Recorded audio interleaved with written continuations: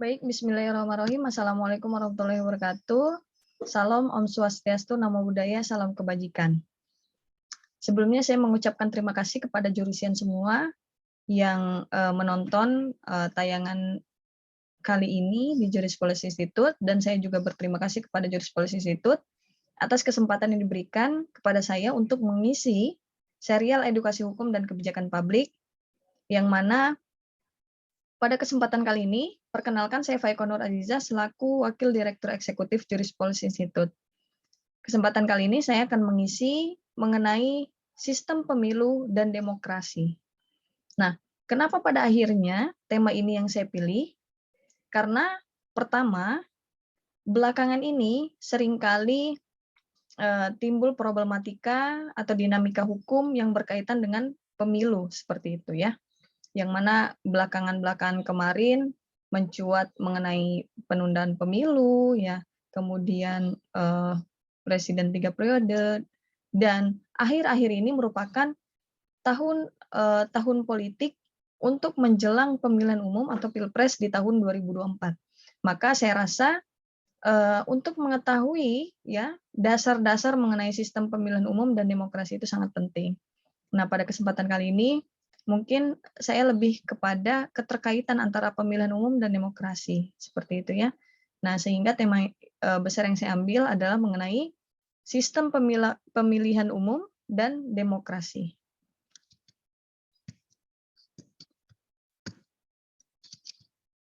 Nah, kita berangkat dari pertanyaan, mengapa sih harus pemilu? Ya, kenapa harus pemilihan umum seperti itu? Nah, jauh sebelum kita menjawab pertanyaan ini, kita harus mengetahui dulu mengenai kedaulatan rakyat. Nah, nanti di sini ada hubungannya dengan pemilu itu sendiri. Nah, yang pertama, dalam sila keempat Pancasila itu termaktub ya makna kedaulatan rakyat itu yang disebutkan bahwa kerakyatan yang dipimpin oleh hikmat kebijaksanaan dalam permusyawaratan perwakilan. Nah, permusyawaratan perwakilan itu merupakan bagian dari kedaulatan rakyat seperti itu. Perwujudan dari kedaulatan rakyat. Yang kedua, dalam alinea keempat, Undang-Undang Dasar 1945 disebutkan kemerdekaan kebangsaan Indonesia, bla bla bla bla, yang terbentuk dalam suatu susunan negara Republik Indonesia yang berkedaulatan rakyat berdasarkan kepada bla bla bla bla bla. Nah, di sini disebutkan dengan jelas bahwasannya susunan ya terbentuk dalam susunan Republik Indonesia yang berkedaulatan rakyat. Oke.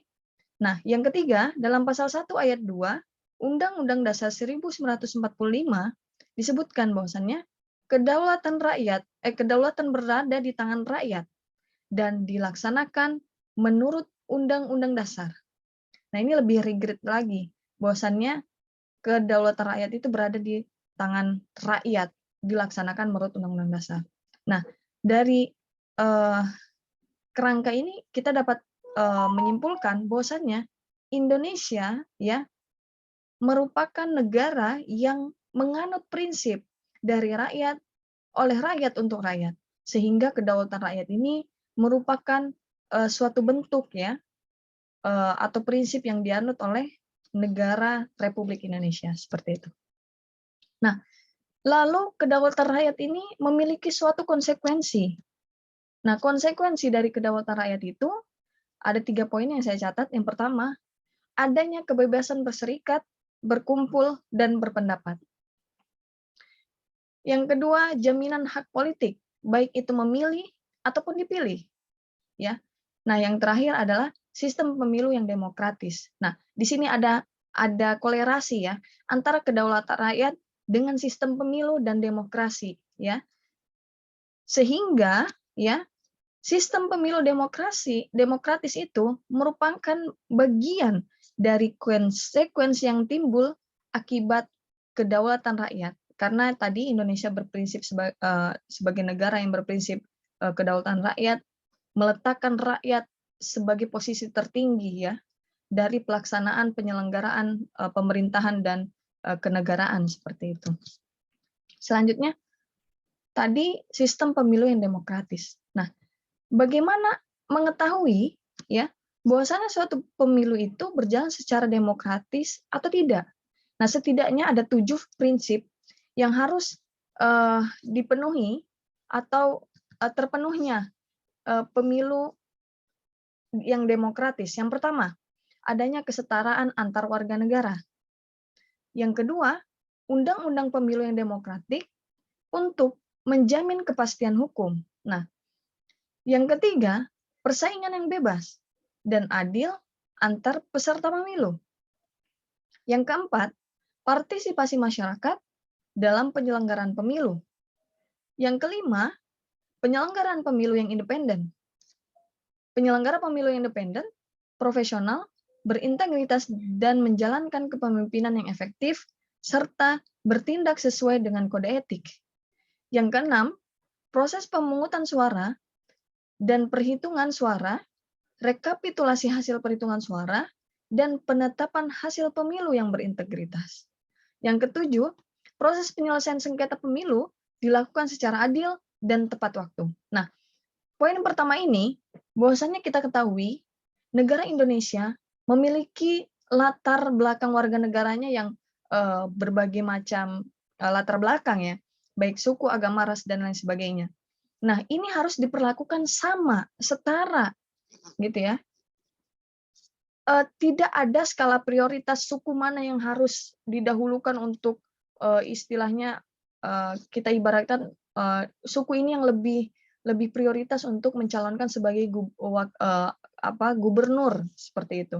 Tidak ada seperti itu. Jadi semua warga negara ya setara, apapun ras, suku, agama yang dianut oleh masing-masing warga negara tersebut.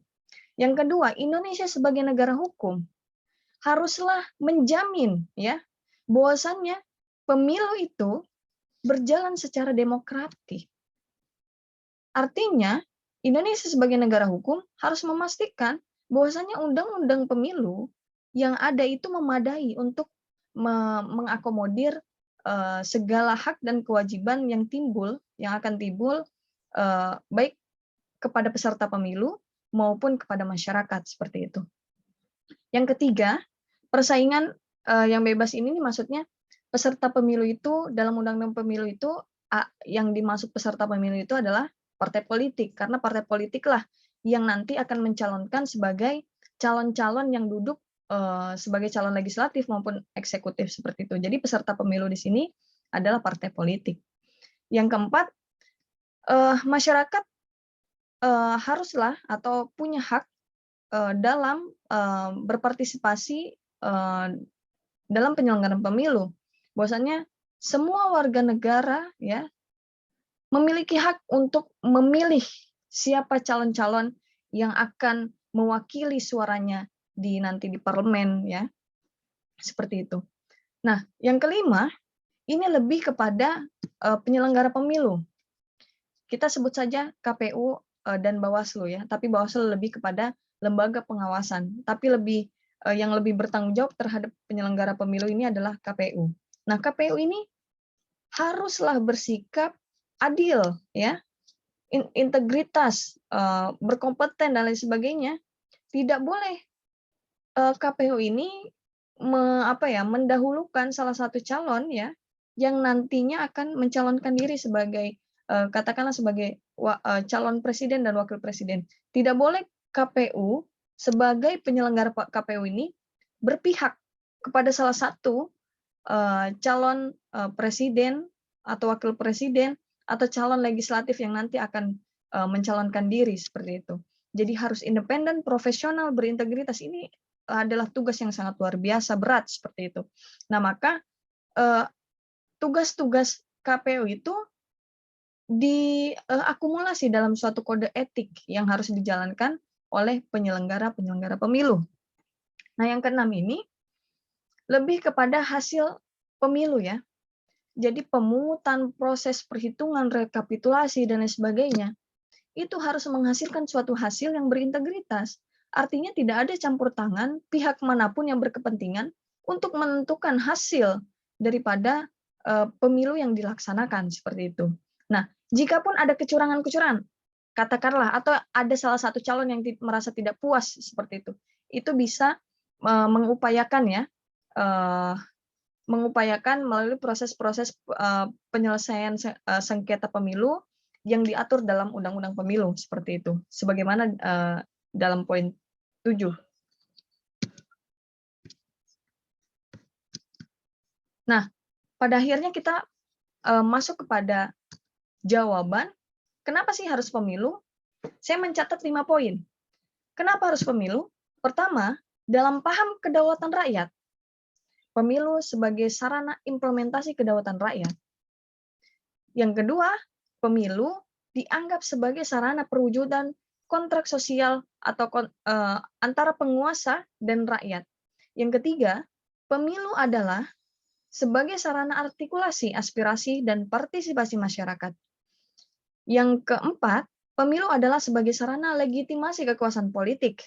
Yang kelima, pemilu adalah sebagai sirkulasi kekuasaan politik. Nah, rata-rata negara yang menganut sistem demokrasi seperti Amerika sekalipun, mayoritas dari negara yang menganut sistem demokrasi itu pasti identik dengan pelaksanaan pemilu ya, sebagai sarana implementasi dari kedaulatan rakyatnya. Nah, sehingga poin-poin inilah yang menjawab pada akhirnya mengapa sih harus pemilu seperti itu. Nah, di sini ada skema ya pelaksanaan pemilu atau pemilihan umum. Presiden dan wakil presiden merupakan representasi dari partai politik atau gabungan partai politik. Jadi kalau istilah kita masyarakat Indonesia adalah koalisi dari partai politik seperti itu. Nah, adapun anggota DPR RI dan anggota DPRD itu merupakan partai politik. Ya, jadi misalnya satu calon legislatif itu pasti merupakan representasi dari partai politiknya, bukan dari gabungan partai politik. Pasti dia mengatasnamakan partai politiknya seperti itu. Kemudian anggota DPD. Anggota DPD ini direpresentasikan oleh individu ya, perseorangan yang latar belakangnya independen. Seperti yang kita tahu, bahwasannya anggota-anggota DPD sekarang ya, katakanlah ketua DPD-nya ini independen ya, tidak memiliki partai dan lain sebagainya. Nah, saya letakkan KPU di tengah adalah merupakan sebagai penyelenggara pemilihan umum. Pemilihan umum itu harus dilaksanakan secara luber-jurdil setiap 5 tahun sekali. Ini termaktub dalam pasal 22E ayat 1 Undang-Undang Dasar 1945.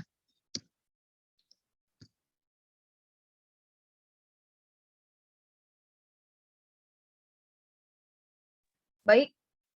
Nah, kita masuk kepada pengaturan pemilu. Jadi ada 4 aspek ya yang harus diatur dalam undang-undang pemilu atau aspek-aspek pengaturan pemilu. Di sini ada 4 aspek. Pertama, harus mencantumkan penyelenggara pemilu itu siapa? Lembaga apa aja yang menjadi penyelenggara pemilu? Penyelenggara pemilu siapa? Yang kedua, sistem pemilunya bagaimana? Yang ketiga, tahapan-tahapan pemilunya bagaimana? Dan yang keempat, sengketa dan penyelesaian sengketa ketika ada sengketa pemilu nanti bagaimana penyelesaiannya? Bagaimana upayanya? Ini setidaknya ada 4 aspek yang harus diatur dalam undang-undang pemilu. Nah, pada akhirnya kita masuk kepada kesimpulan mengenai sistem pemilu dan demokrasi.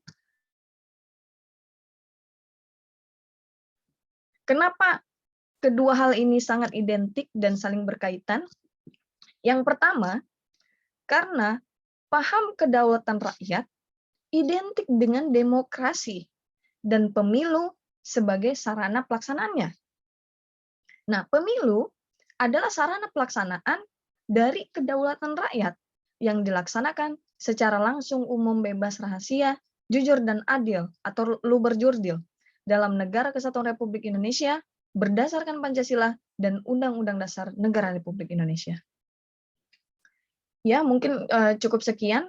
Nanti mungkin kita bisa bahas ya eh, bentuk-bentuk atau tahapan-tahapan dari pelaksana pemilu, karena masing-masing negara ini memiliki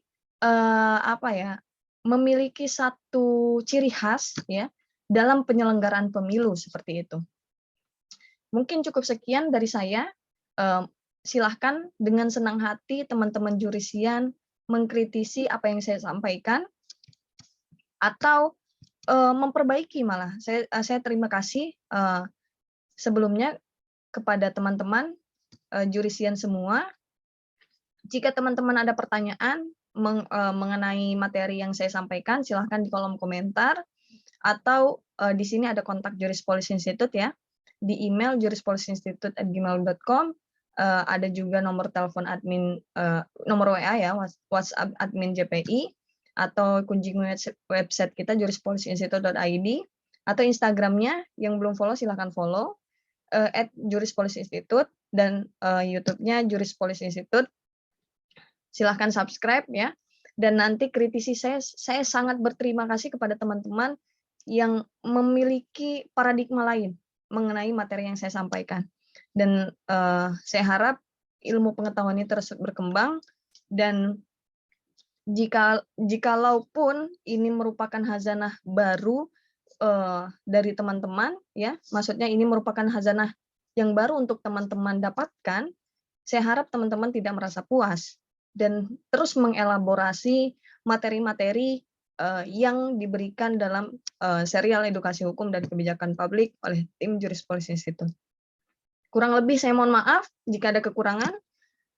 Terima kasih atas kesempatan yang diberikan kepada Juris Policy Institute, dan terima kasih kepada jurisian semua yang telah menyaksikan serial edukasi hukum dan berbagai edukasi yang disediakan oleh tim Juris Policy Institute. Kurang lebihnya akhirul kalam, billahi sabil haq, fasabiqul khairat. Wassalamualaikum warahmatullahi wabarakatuh. Sampai jumpa ya semua.